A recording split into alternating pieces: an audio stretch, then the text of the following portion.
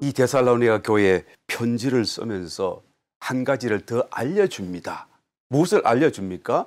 하나님에 대한 지식이에요. 하나님의 행정과 경륜에 대한 신성한 지식, 영적 지식이라고 우리가 말을 하죠.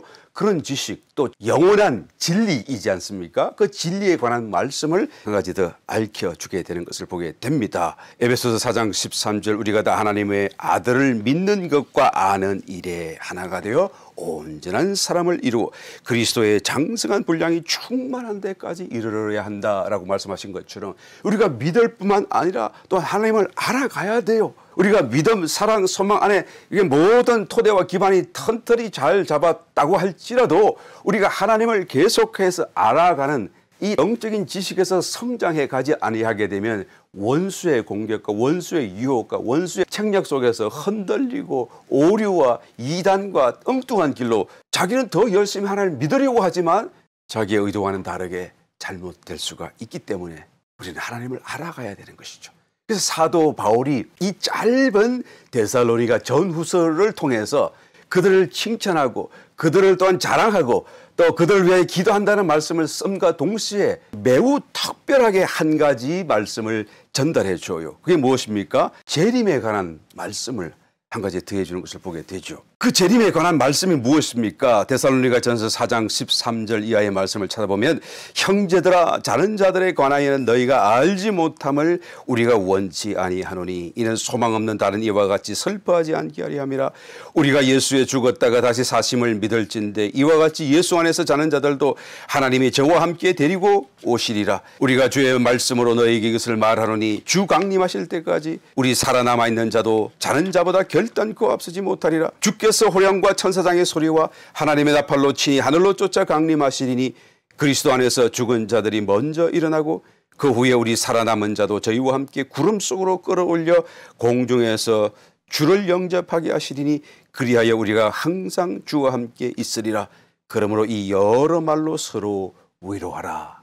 그러니까 모든 다른 말씀 가운데 필요한 우리가 가장 먼저 알아야 될 그 말씀이 무엇입니까? 종말에 관한 말씀, 종말론. 이것은 어렵게 또 아주 신앙적으로 성숙한 사람들이나 공부할 수 알 수 있는 내용이 아니라 이제 막 신앙을 시작한 사람일지라도 우리에게 가장 먼저 필요한 것이 이 종말에 관한 어떤 올바른 영적인 지식이고 또 이 올바른 영적인 지식이 우리를 붙들어 이 신앙 안에서 잘 성장하도록 도울 수 있다라는 것이죠.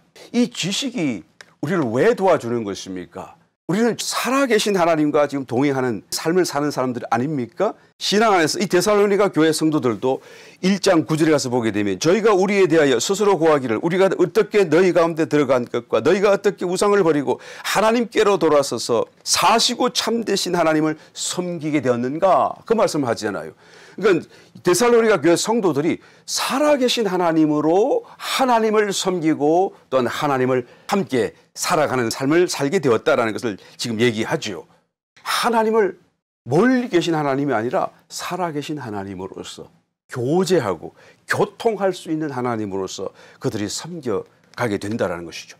이것이 정말 중요한 하나의 어떤 과정이고 또한 우리에게 주어지신 하나님의 은혜인데요. 이 하나님과의 교통, 하나님과의 교제를 통해서 우리가 하나님을 더 알아가게 되지 않아요? 하나님을 더 알아간다는 것은 성경으로도 알아갈 수가 있겠지만 그러나 이 교제는 하나님을 직접적으로 우리가 체험하는 또 하나님을 더 깊이 알아가는 말씀, 기록된 말씀으로만으로는 우리가 도무지 알 수 없는 그 하나님의 내면까지를 우리가 또한 체험할 수 있는 길이 바로 살아계신 하나님, 우리와 교제할 수 있는 그 하나님의 교통 체험 속에서 우리는 하나님을 배워간다라는 거예요.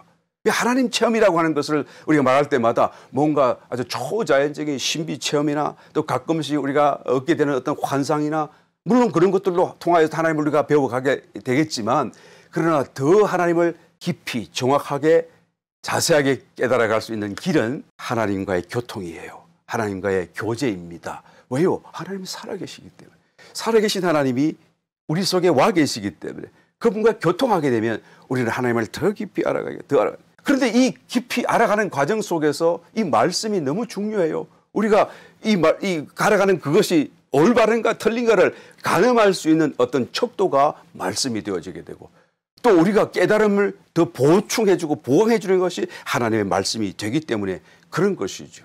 하나님을 더 알아갈 수 있는 저와 여러분 되시기를 예수님으로 축원합니다.